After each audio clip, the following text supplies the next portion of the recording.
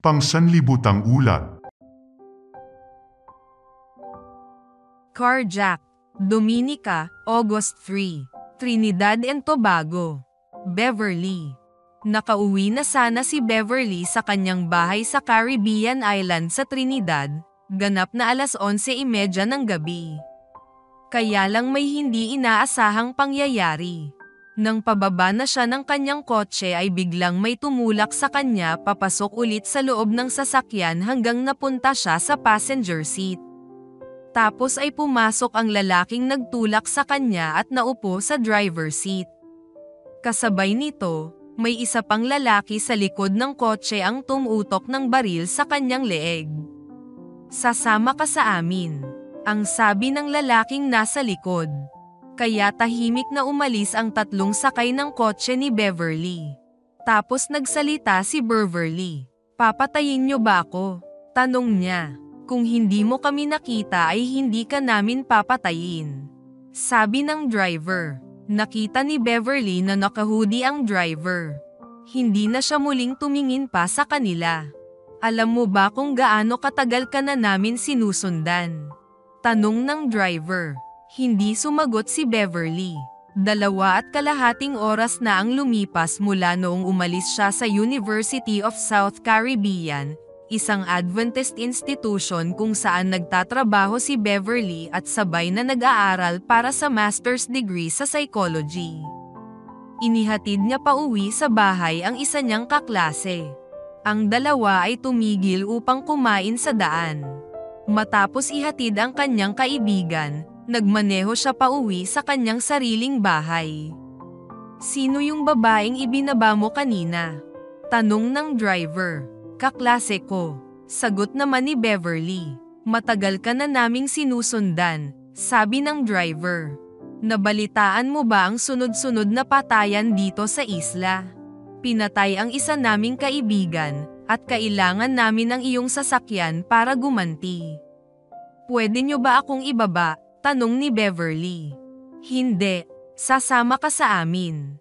Ngunit ilang sandali lang ay nagbago ang isip ng driver. "Mayroon ka bang kakilala na pwede mong tawagan?" tanong ng driver. "Ang asawa ko," sagot naman ni Beverly. "Tawagan mo siya at magpasundo ka." Tapos ay binuksan ng lalaki sa likod ang kanyang maliit na bag at kinuha ang cellphone at iniabot kay Beverly para tawagan ang kanyang asawa. Tinawagan ni Beverly ang kanyang asawa ngunit walang sumasagot. Nagduda ang lalaki sa likod. Kinuha niya ang cellphone at tiningnan kung tinawagan ba niya ang kanyang asawa. Number lang ang tinawagan niya. Hindi nakasave ang number ng kanyang asawa dito sa phone, sabi ng lalaki sa likod. Nagpatuloy sa paglalakbay ang tatlo. "Natatakot ako," sabi ni Beverly. "Pwede ba akong magpatugtog ng music?" tanong ni Beverly. Pumayag ang driver. Ngunit nung pagpindot ni Beverly ng play button ay walang tumunog na music. Wala palang lamang CD ang kanyang player.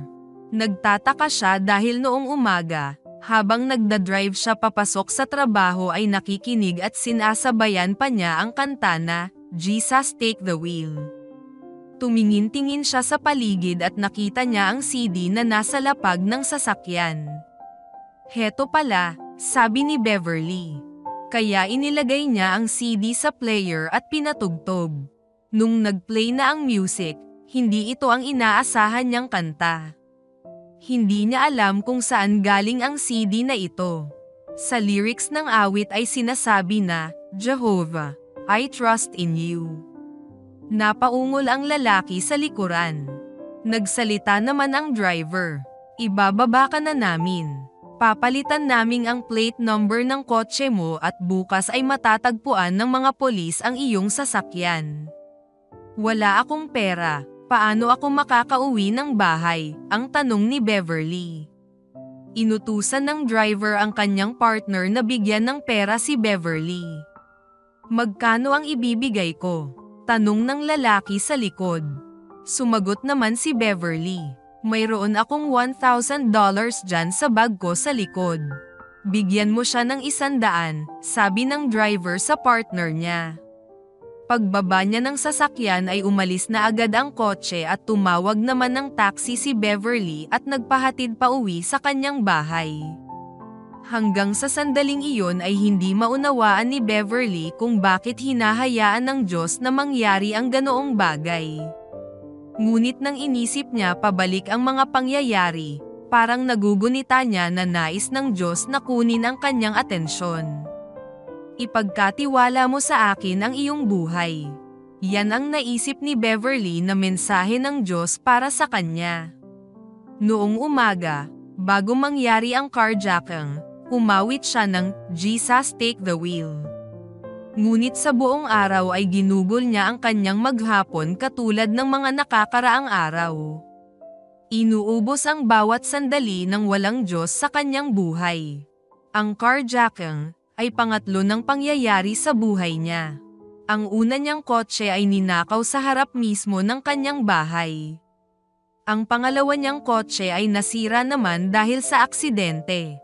Napag-isip-isip niya ang awit na narinig niya doon sa taxi nang pauwi na siya ng bahay na nagsasabi sa kanya ang Diyos na, "Ilang beses ko ba dapat ipakita sa iyo ang parehong mga bagay para iparamdam sa iyo kung gaano kita kamahal?" Kinabukasan, hindi natagpuan ng polis ang kanyang sasakyan. Ngunit hindi nagreklamo si Beverly. Sabi niya na ang carjacking ay nagpabago sa kanyang buhay. Ngayon ay nagpasya siyang magtiwala sa Diyos sa lahat ng bahagi ng kanyang buhay. Karamihan sa mga na-carjack na sasakyan ay pinapatay ang driver. Ngunit hindi ko alam kung bakit buhay pa ako ngayon.